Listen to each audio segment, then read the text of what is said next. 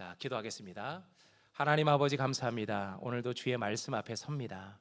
하나님의 말씀이 들려지게 하시고 그 말씀에 순종하게 하시고 그 말씀을 따라 살아가는 복된 인생이 되도록, 지혜로운 삶이 되도록 함께하여 주옵소서. 예수님의 이름으로 기도합니다. 아멘. 자, 이 시간 하나님의 말씀을 보겠습니다. 오늘 우리에게 주신 주님의 말씀은 신약의 말씀 마태복음 21장 1절로 11절입니다. 신약의 말씀 마태복음 21장 1절로 11절 한 절씩 교독합니다. 그들이 예루살렘에 가까이 가서 감람산 벳박에 이르렀을 때에 예수께서 두 제자를 보내시며 이르시되 너희는 맞은편 마을로 가라. 그리하면 곧 매인 나귀와 나귀 새끼가 함께 있는 것을 보리니 풀어 내게로 끌고 오라. 만일 누가 무슨 말을 하거든 주가 쓰시겠다 하라. 그리하면 즉시 보내리라 하시니 이는 선지자를 통하여 하신 말씀을 이루려 하심이라. 일러스되 시온 딸에게 이르기를 내 왕이 내게 임하나니 그는 겸손하여 나귀 곧 멍에 매는 짐승의 새끼를 탔도다 하라 하였느니라.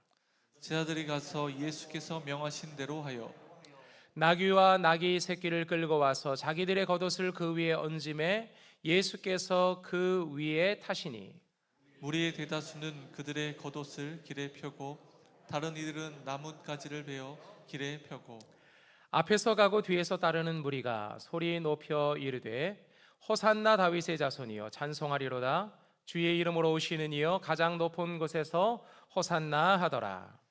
예수께서 예루살렘에 들어가시니 온 성이 소동하여 이르되 이는 누구냐 하거늘 함께 읽습니다. 우리가 이르되 갈릴리 나사렛에서 나온 선지자 예수라 하니라. 아멘. 이것은 주님의 말씀입니다.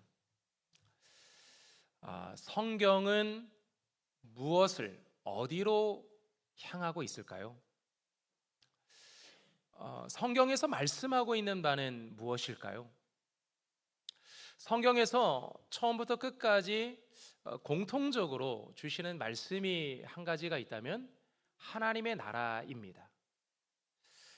하나님께서 다스리며 통치하시는 나라, 하나님께서 구원하시는 나라, 그 나라에 대한 이야기가 우리가 읽고 있는 이 성경의 이야기인 거죠. 그래서 성경은 선지자를 통해 구원을 선포하신 하나님의 말씀이 담겨져 있어요. 그리고 다윗을 통해서 구원의 모델을 보여주신 하나님의 이야기가 담겨져 있죠. 그리고 메시아에 관해 꾸준히 말씀하고 있는 것이 바로 이 성경의 이야기입니다. 그래서 구약의 말씀을 우리는 오실 메시아에 관한 말씀, 사복음서의 말씀은 오신 메시아에 관한 말씀, 그리고 바울 서신과 요한 서신과 같은 그 서신서들의 말씀은 다시 오실 메시아에 관한 말씀으로 우리는 그 말씀을 읽고 있습니다. 메시아에 관해서 말씀하고 있는 구약의 말씀 중에 책 중에 하나가 스가랴라는 말씀인데요. 스가랴는 예수님이 태어나기 한 500년 전부터 하나님의 복음을 전했던 선지자입니다. 그때부터 이제 오실 메시아를 예언하고 있는데 그 메시아가 오셔서 나귀를 타실 것이다, 그렇게 성경은 이야기해 줍니다. 그 예언의 성취, 500년 전에 이루어졌던 그 예언의 성취가 오늘 우리가 함께 읽었던 이 본문의 말씀 속에서 이루어지는데요. 21장 4절 5절의 말씀을 우리 한번 읽어보시죠. 21장 4절 5절 말씀을 한번 보시면 이렇게 나옵니다. 이는 선지자를 통하여, 여기서 말하는 선지자가 누굽니까? 스가랴를 말하는 거죠. 선지자를 통하여 하신 말씀을 이루려 하심이라. 일러스되 시온 딸에게 이르기를 내 왕이 내게 임하나니 그는 겸손하여 나귀 곧 멍에 매는 짐승의 새끼를 탔도다 하라 하였느니라. 그래서 여기에 해당되는 말씀이 스가랴 9장 9절의 말씀인데요. 한번 읽어볼게요. 시온에 따라 크게 기뻐할지어다. 예루살렘에 따라 즐거이 부를지어다. 보라, 내 왕이 내게 임하나니 그는 공의로우며 구원을 베푸며 겸손하여서 나귀를 타나니 나귀의 작은 것 곧 나귀 새끼니라.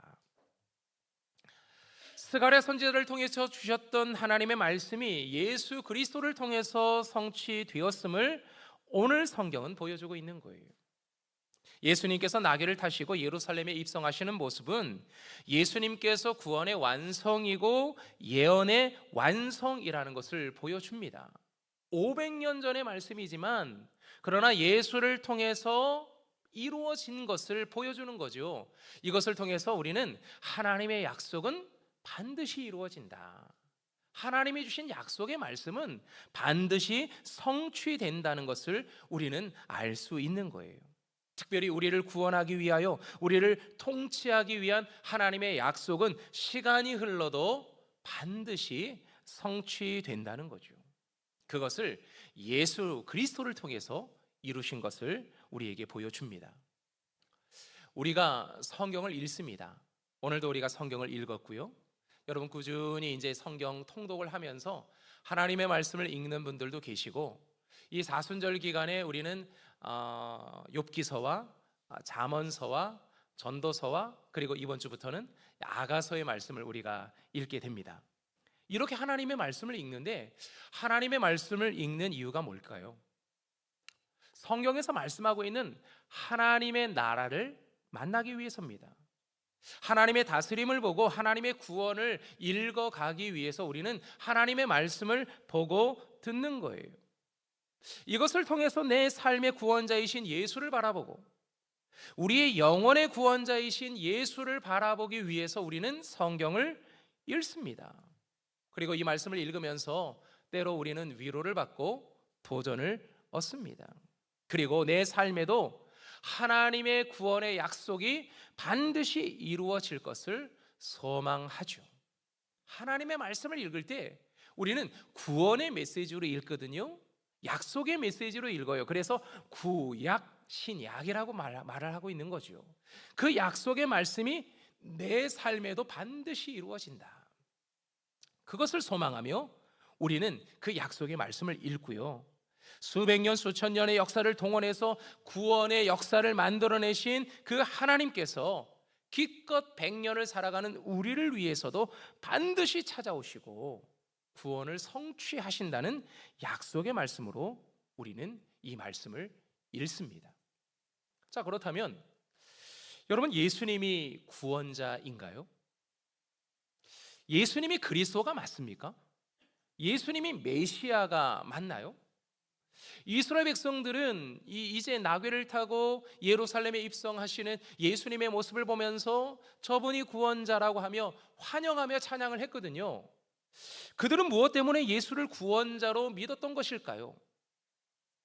예수님이 이 땅에 오셔서 수많은 사람들을 만나고 하나님 나라의 비밀을 전하고 하나님 나라의 능력으로 병자와 모든 귀신 들린 자를 고치고 가난하고 배고픈 자들을 먹였기 때문에 그들은 구약에서 말씀하고 있는 메시아가 이분이라고 생각을 한 거죠.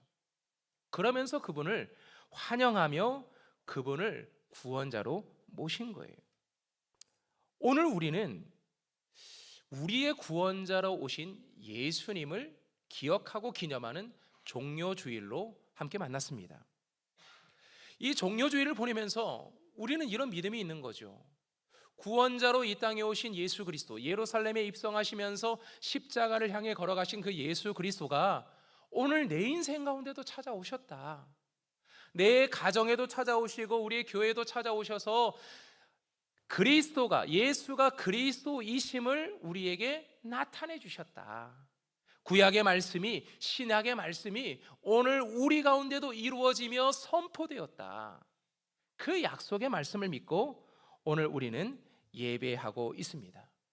그 구원의 주님을 맞이할 수 있는 오늘 저와 여러분이 되기를 소망합니다. 여러분의 가정 가운데도 찾아가시고 일터에도 찾아가시고 내 삶의 현장에도 찾아가신 예수 그리스도를 만나며 그분을 환영하는 은혜가 오늘 우리가 예배 가운데 있기를 소망합니다. 자, 그런데 예수님이 구원자라면 승리의 왕이시라는 말인데 그분이 왜 나귀를 타셨을까요? 승리의 상징은 백마 아닙니까?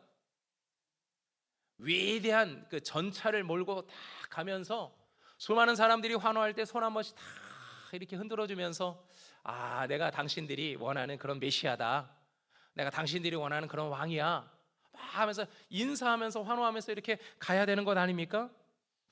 그런데 왜 나귀를 타신 걸까요? 이스라엘 백성들은요, 지금 정치적인 메시아를 기대하고 있습니다. 로마의 권력과 헤롯의 권력에 맞설 정치적인 메시아를 기대하고 있는 거예요.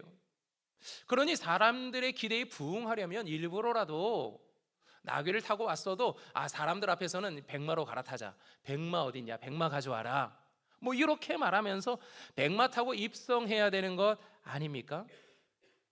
나귀를 타신 예수님의 모습이 좀 약해 보이고 초라해 보입니다. 과연 이런 예수님께서 그리스도의 카리스마를 기대할 수 있을까? 한번 여러분 생각해 보시길 바랍니다. 예수님이 오늘 우리 예배 가운데 오세요. 예배 가운데 오시는데 백마 타고 오시는 것이 아니라 그런 나귀 타고 오셨어요. 나귀도 뭐 제대로 된 나귀였습니까? 어린 나귀, 새끼 나귀 아닙니까? 그 나귀 타고 예수님이 들어오신 거예요. 과연 우리는 그 예수님을 환영할 수 있을까? 과연 예수님이라고 알아볼 수는 있을까? 그런 생각이 들어요. 여러분, 가끔 가다가 주차장에 왠지 멋진 차 한 대가 서 있으면 이런 차는 누가 탈까? 삐까번쩍하다, 대단하다, 뭐 그렇게 보지 않습니까? 옷을 화려하게 입고 멋진 가방을 하나 들고 제대로 된 모습으로 타고 오면 사람들이 멋있다, 뭐 그렇게 환영하며 그를 맞이하는 거죠. 사람들이 예수님에게 원하는 것이 그 강력한 리더십이 아니었을까요? 강한 추진력을 가지고 권력을 휘두르는 그런 리더를 그들이 원하고 있지 않을까요? 그래야 로마도 물려치고 헤롯도 물리치면서 이스라엘 나라의 정체성을 바로 세워갈 그런 왕이라고 기대했는지 몰라요. 그런데 그들 앞에 예수님은 나귀를 타고 오셨다고요. 제대로 된 옷도 입지 않고 나귀만 타고 오셨어요. 어린아이도 탈 수 있는 나귀 새끼를 타신 거죠. 왜 그러신 걸까요? 자, 5절의 말씀을 다시 한번 보겠습니다. 5절의 말씀 속에 그 이유를 우리에게 말씀해 주시고 있는데요, 5절은 이렇습니다. 시온 딸에게 이르기를 내 왕이 내게 임하나니 그는 겸손하여 나귀 곧 멍에 매는 짐승의 새끼를 탔도다 하라 하였느니라. 자, 예수님이 나귀를 타신 이유가 뭡니까? 예수님은 겸손하시기 때문에. 예수님이 겸손하시다라는 말의 의미가 어떤 의미가 있을까요? 예수님의 겸손은 이 땅의 정복자가 아니라 평화의 통치자로 오신 것을 보여줍니다. 정복자들은 백마를 타고 자신의 힘과 승리를 과시하면서 나타나는지 몰라도 예수님은 전쟁이 아니라 평화를 위해서 오셨기 때문에 구원의 왕이시면서도 나귀를 타고 겸손의 자리 낮아짐에까지 내려오신 거예요. 하늘 영광 다 내려놓고 이 땅에 오신 것도 엄청 낮아지신 건데 나귀를 타시면서 저 낮은 자리 십자가의 자리까지 가기 위해서 예수님은 겸손한 모습으로 이 땅에 오셨다는 거죠.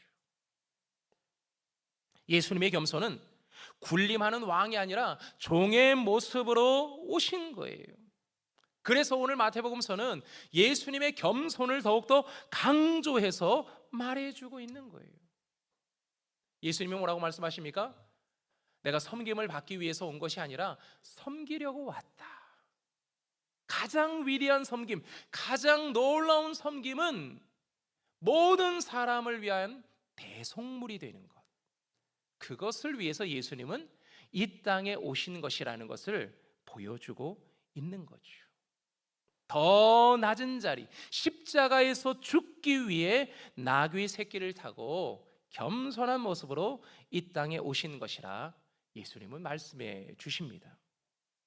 예수님은 평화의 통치자요, 종의 모습이요, 십자가의 자리까지 내려가기 위해서 세상의 권력이 아니라 겸손을 선택하신 거예요. 아마도 세상의 권력을 선택했다면 태어나신 것부터 마구간이 아니라 정말 왕궁에서 태어났겠죠. 누구라고 말만 하면 알만한 그런 장군의 가문에서 태어났겠죠.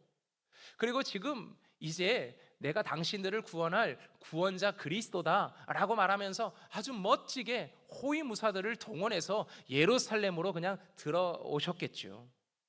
하지만 예수님은 그렇게 하지 않았어요.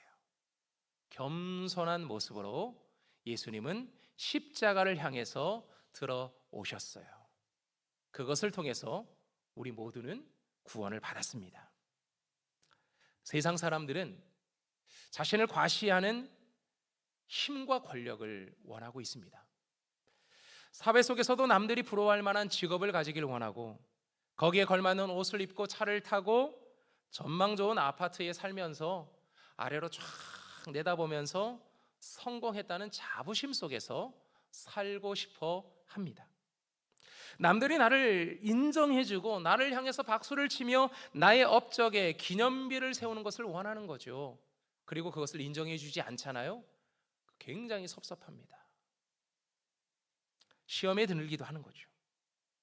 교회 안에서도 높은 자리를 원합니다. 내 뜻대로 모든 것이 돌아가야 한다는 생각으로 권력을 휘두르는 분들도 계십니다. 섬겨야 하는 종의 자리가 아니라 대접을 받아야 하는 높은 자리를 원하고 있는 분들이 계십니다. 하지만 우리가 이런 자리를 원하고 있다면 그 자리에서는 예수님을 만날 수 없을 겁니다. 왜요? 예수님은 낮은 자리로 오셨거든요. 더 낮은 자리로 내려가셨거든요. 무덤까지 내려가셨거든요. 그러면서 우리의 모든 죄의 문제를 해결하셨어요. 나의 모든 죄의 문제를 해결하기 위해서라면 죽음의 자리까지도 내려가신 분이 바로 예수 그리스도입니다. 우리가 예수 그리스도를 믿는 그리스도인이라고 불리는 사람들이라면 우린 예수를 닮아가는 사람들 아닙니까? 예수를 쫓아가는 사람들 아닙니까? 예수님은 저 밑에 저 낮은 곳으로 내려가시는데 우리는 계속해서 높은 곳을 향해서만 올라간다면 예수님을 만날 수가 없겠죠. 예수님은 더 낮은 곳으로 오셨어요. 그러면서 우리에게 이렇게 말씀하시죠. 마태복음 11장 29절의 말씀입니다. 나는 마음이 온유하고 겸손하니 나의 멍에를 메고 내게 배우라. 그리하면 너희 마음이 쉼을 얻으리니 이 내 멍에는 쉽고 내 짐은 가벼움이라. 예수님은 낮은 자리에 계십니다. 낮은 자리로 오셨어요. 섬김의 자리로 오셨고 십자가의 자리로 오셨습니다. 그곳에서 오늘도 우리를 부르십니다. 그곳에서 나를 위해서 십자가에서 죽으시면서 우리에게 생명을 주신 분이 바로 우리 주님이십니다. 낮은 자리로 내려갔지만 그 낮은 자리를 통해서 우리를 구원하는 능력의 주님이 되셨습니다. 이 은혜를 잊지 않는 종려주일이 되기를 소망합니다. 자, 겸손의 왕으로 오신 예수님을 백성들이 찬양을 하는데요. 어떻게 찬양을 하고 있을까요? 여러분 9절의 말씀을 우리 같이 한번 읽어보시죠. 9절의 말씀을 같이 한번 읽어봅니다. 앞에서 가고 뒤에서 따르는 무리가 소리 높여 이르되 호산나 다윗의 자손이여 찬송하리로다. 주의 이름으로 오시는 이여 가장 높은 곳에서 호산나 하더라. 예수님이 오시는 그 모습을 보면서 비록 나귀를 타고 들어오셨지만 많은 사람들이 예수를 찬양합니다. 호산나 호산나. 우리 오늘 포에마 찬양팀이 너무 찬양 잘했죠. 근데 한 가지 아쉬운 게 있었어요. 율동을 안 했어. 율동을 했어요. 호산나. 이거 해야 되는데 그걸 안 해가지고 너무 아쉬웠어요. 예수님이 예루살렘에 입성하실 때 사람들이 앞에 가고 뒤에서 따르면서 많은 사람들이 호산나 호산나 찬양을 했던 거예요. 왜 찬양을 했습니까? 예수께서 구원자이시기 때문에. 시편 118편 25절의 말씀에 보면 이렇게 나옵니다. 여호와여 구하옵나니 이제 구원하소서. 여호와여 우리가 구하옵나니 이제 형통하게 하소서. 이 말씀의 응답으로 구원자 하나님을 향해서, 예수 그리스도를 향해서 호산나 호산나 찬양을 했던 거거든요. 여러분, 오늘 우리는 예수님이 예루살렘으로 입성하신 그날을 기념하며 종료주의를 보내고 있어요. 종료주의를 보내며 우리는 기쁜 마음과 즐거운 마음으로, 또 감사한 마음으로 우리는 함께 하나님 앞에 예배를 드리고 있습니다. 오늘 우리의 예배는 기쁨의 예배요, 감사의 예배입니다. 정말 축제와 같은 예배입니다. 왜요? 예수의 구원이 완성되었기 때문이죠. 예수의 구원, 예수의 십자가 사역이 완성된 날이기 때문에 오늘 우리는 이 시간 감사함으로, 기쁨으로 찬송하면서 예배를 드리는 거예요. 예수님께서 예루살렘에 입성하실 때 수많은 사람들이 오고 가면서 예수님을 찬양한 것처럼 우리도 기쁜 마음으로 하나님을 찬양하는 거예요. 우리는 사순절을 보내거든요. 여러분, 사순절, 이 40일이 언제를 나타내는 겁니까? 40일 안에 주일이 한 5번 정도가 끼거든요. 근데 주일을 빼요. 40일 동안 제수요일 2월 18일부터, 이번에 2월 18일부터 4월 4일 토요일까지, 이번 돌아오는 토요일까지를 사순절을 계산하는데요. 그 사순절 계산 속에서 주일은 뺍니다. 왜 그런 걸까요? 왜 주일을 빼는 거죠? 그냥 1부터 40 딱 계산하면 너무 좋은데 주일을 빼버리면 숫자가 헷갈려져요. 헷갈려. 그런데 이 주일은 빼고 40일이거든요. 우리가 사순절은 예수님의 고난을 묵상하는 날입니다. 그래서 경건과 절제를 훈련하는 날입니다. 뭔가 좀 막 웃고 떠들고 싶어도 좀 자중할 수 있는, 예수님의 고난을 기억하는 날이니까 자중하면서 보내는 거죠. 뭔가 잘 먹고 축제와 잔치를 벌일 것 같지만 그래도 예수님이 십자가에 달려 돌아가시는 그 날을 묵상하는 절기니까 그런 즐거움과 재미도 잠시 접어두는 거죠. 그런데 그 절기 기간 속에 주일은 빼거든요. 왜 뺍니까? 주일은 부활의 날이에요. 부활을 기념하는 날입니다. 예수 그리스도께서 무덤의 문을 열고 나오신 그 날을 기념하는 날이에요. 그 날에 감사요, 축하요, 축제의 날이 바로 이 주일인 거죠. 그래서 주일은 빼고 40일을 계산해서 사순절이라고 말을 하는 거예요. 여러분, 오늘 이 주일 예배가 하나님 앞에 기쁨의 예배를 드릴 수 있는 복된 날이 되길 바랍니다. 예수 그리스도께서 정말 예루살렘 성에 들어오셔서 구원을 완성하신 것처럼 오늘 우리의 인생에도 찾아오시고 우리도 만나주시는 은혜가 있길 바랍니다. 여러분의 가정이 힘들고 일터가 직장만 나가면 좀 한숨도 많이 나오고 또 여러 가지 삶의 여건과 환경들이 쉽지 않은 그런 세상 속에 우리는 지금 살아가고 있어요. 여기저기에서 전쟁도 터지고 갈수록 회사가 어려워진다는 얘기도 많이 듣고 또 자신만만했던 건강도 조금씩 건강도 잃어버리는 것 같고 날마다 가정 안에서 웃는 이야기만 많이 나와야 되겠지만 한숨 섞인 근심 어린 그런 이야기들도 계속해서 나오고 있는 이 시점 속에서 사실 우리가 기쁨을 회복하는 게 쉽지 않아요. 하지만 그런 인생 가운데 우리 주님이 찾아오셨다는 것을 잊지 마십시다. 그런 인생을 살아가고 있는 우리에게 구원자 예수님께서 우리 인생, 우리 가정 가운데도 찾아오셔서 구원을 완성하셨다는 것을 잊지 맙시다. 그래서 기쁨으로 찬양할 수 있는 오늘 하루가 되기를 소망합니다. 예루살렘에 예수님이 입성하셨을 때 수많은 사람들이 몰렸잖아요. 그들 중에는 어떤 부류의 사람들이 있을까요? 종려나무 가지를 흔들면서 호산나 호산나 찬양하는 사람이 있는가 하면 멀찌감치 팔짱을 끼고 딱 서서 예수를 지켜보는 사람도 있지 않았을까요? 그들 중에는 분명히 예수의 구원의 사건도 보고 구원의 사건에 대한 이야기들도 많이 들었던 사람일 거예요. 하지만 예수님을 뭔가 비판적인 시각으로 보고 예수님을 뭔가 함정에 빠뜨리려고 하고 예수님을 죽이려고 하는 계획을 가지고 있는 사람들도 그 무리들 중에 있었어요. 분명히 그들은 팔짱을 끼고 예수님을 지켜보았을 거예요.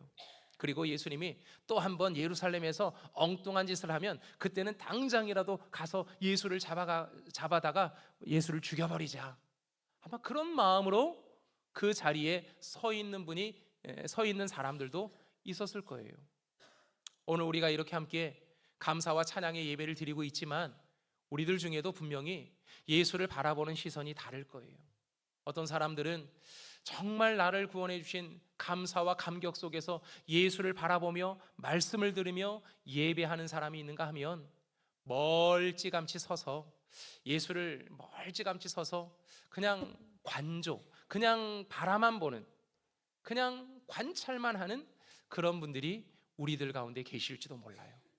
하지만 여러분, 예수님이 십자가를 향해서 들어오신 놀라운 이 사건을 오늘 내 인생 가운데 찾아오신 주님으로 만나시길 축복합니다. 우리 중에 임한 하나님이 아니라 나에게 찾아오신 하나님으로 만나는 은혜가 있길 바랍니다.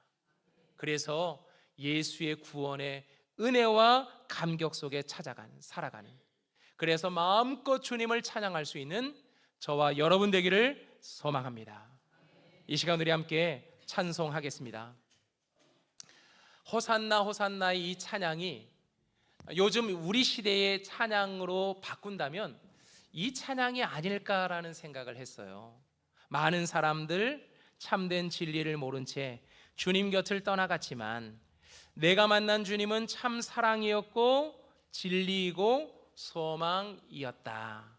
그래서 난 예수가 너무 좋다, 난 예수가 너무 좋다, 그렇게 고백할 수 있는 오늘 저와 여러분 되기를 소망합니다.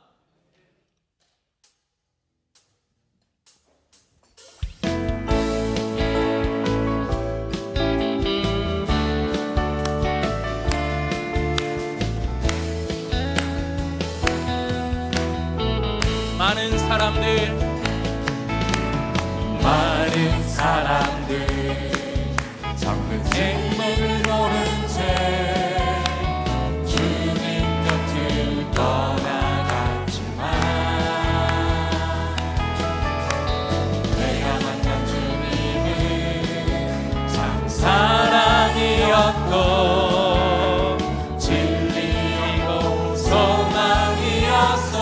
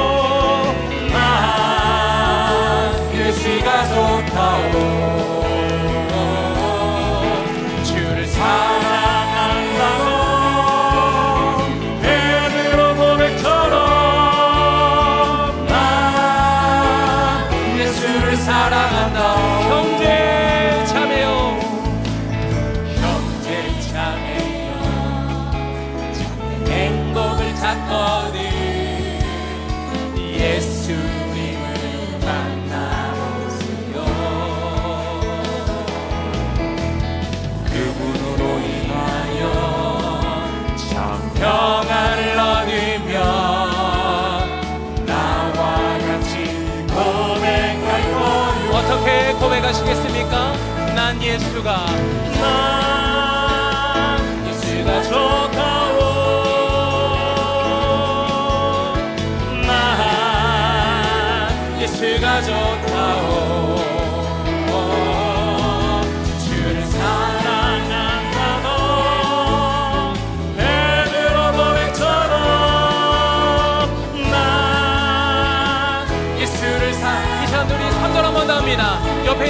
향해서 형제자매여, 형제자매여, 정말 행복을 찾거든 예수님을 만나보세요.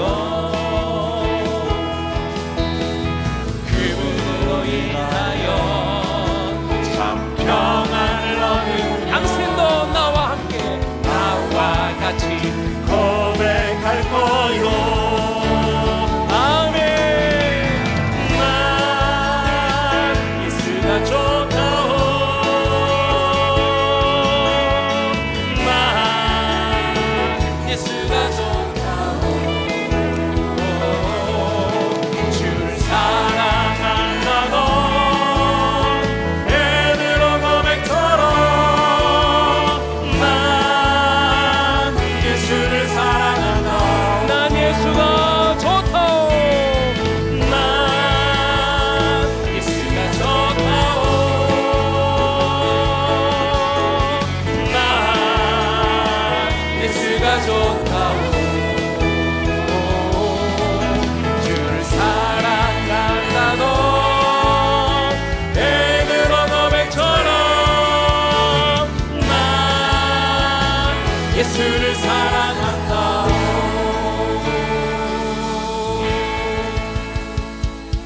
할렐루야. 여러분, 난 예수가 좋다 이렇게 고백하며 사실 수가 있겠습니까? 사실 우리는 예수의 은혜로 살아가는 사람이죠. 내가 모든 것을 다 나의 힘으로 내가 모든 것들을 성취했다고 우리는 생각을 하지만 은혜가 아니면 살아갈 수 없는 그런 존재가 저와 여러분 아닙니까? 여러분, 한 분 예수면 족합니다. 한 분 예수면 족한 거예요. 우리가 지지난주에 신의 악단이라는 영화를 단체 관람을 했어요.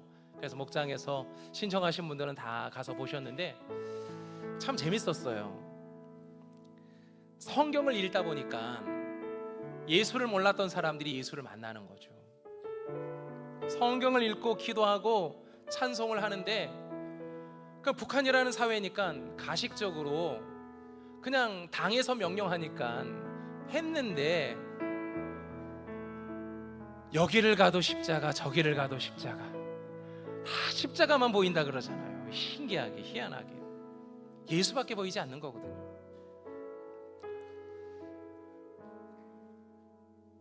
우리가 하나님의 말씀을 읽고 듣고 그 말씀을 따라가다 보면 주님을 만나게 되어져 있어요. 왜요? 성경은 성령의 감동으로 기록된 하나님의 말씀이고 내 안에 계신 성령이 그 말씀을 깨닫게 하시거든요. 그냥 자연스럽게 예수가 구원자라는 것을 내가 믿고 싶어서 그냥 오랜 학습으로 인해서 내가 예수를 믿는 것이 아니라 내 안에 계신 성령이 나에게 말씀하시기 때문에 믿어지는 거예요. 예수 믿는 것이 이런 은혜가 있는 겁니다.